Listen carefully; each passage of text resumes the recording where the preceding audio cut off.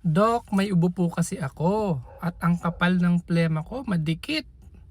Ano ba ang pwedeng gamot? Kasi doon sa amin, sarado na lahat ng botika. Tapos, walang doktor. Ayan po. Ano bang gagawin sa makapal na plema? Wala kaming guaifenesin sa bahay, wala kaming dextromethorphan, wala kaming levopron, walang acetylcysteine, walang ambroxol, walang procaterol, walang carbocysteine, walang salbutamol.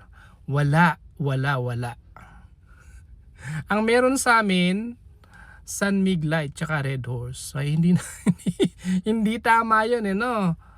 Although importante yung hydration sa dengue, yun last resort na yun kapag wala ka na talagang makuhang fluids, Hindi yun, wrong, yung alcohol. Maganda, pag nasa tabi ka ng dagat, dun ka sa may dagat, singhutin mo yung salt air. Kasi 'di ba sa dagat, Dok naman, grabe ka naman, wala naman kami sa dagat. Pupunta ba kami sa dagat? Nandun nga kami sa bundok, sa DRT. Walang mga gamot. Ano ang pwedeng gawin kapag yung plema ko madikit? Ang maipapayo ko po sa inyo, ang reason ng vlog na ito ay uminom ng maraming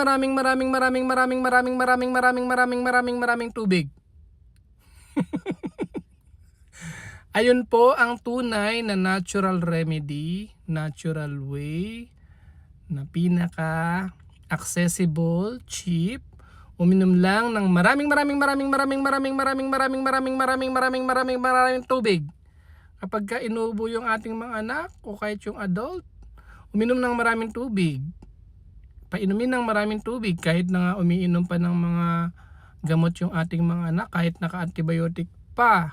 Uminom pa rin ng maraming tubig.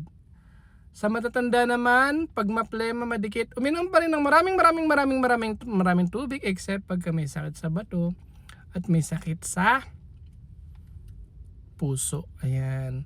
So ang natural remedy kapag wala na talaga tayong makuha yung uminom ng maraming